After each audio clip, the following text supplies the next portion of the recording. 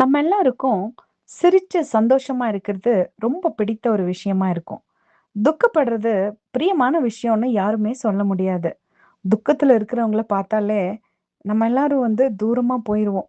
ஏன்னா, ஐயோ! இவங்க கிட்ட போனா எப்ப பாரு ஏதாவது சோகமான ஒரு காரியத்தையே சொல்லிட்டு இருப்பாங்கன்னு சொல்லிட்டு, துக்கப்படுற ஆட்களோட ஜனங்கள் யாரும் சேர மாட்டாங்க. ஆனா, சந்தோஷமா இருக்கிறவங்க கிட்ட எப்பவுமே ஒரு கூட்ட ஜனங்கள் இருப்பாங்க.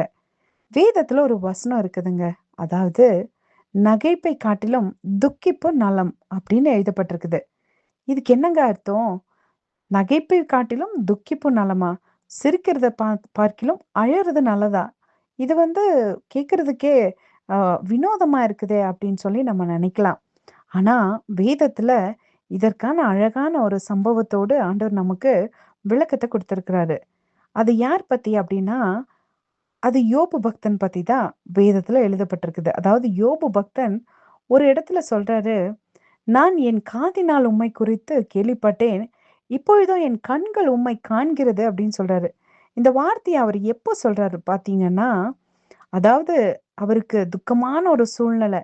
ரொம்ப துக்கமான சூழ்நிலை. அவருக்கு வந்த வேதனைய போல இந்த பூலோகத்துல யாருக்குமே வரலங்க. அப்படி ஒரு கடினமான பாதையில அவரு போயிட்டுருக்கும்போது தான் அவரு சொல்றாரு, "நான் இந்த துக்கப்படுற சூழ்நிலைக்கு முன்னாடி, நான் நல்லா வாழ்ந்துட்டு இருக்கிறப்போ, ஆண்டவர குறித்து கேள்விப்பட மட்டும் தான் செஞ்சேன். ஆனா, இப்ப இந்த துக்கமான சூழ்நிலையில என்னுடைய கண் உம்மை காண்கிறது" அப்படின்னு சொல்றாரு. பாத்தீங்களா?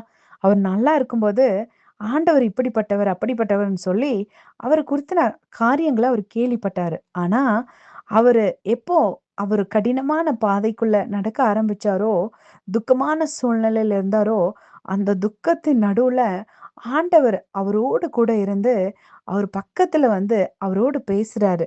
இப்ப சொல்லுங்க, நகைப்பை காட்டிலும் துக்கிப்பு நலம் தானே?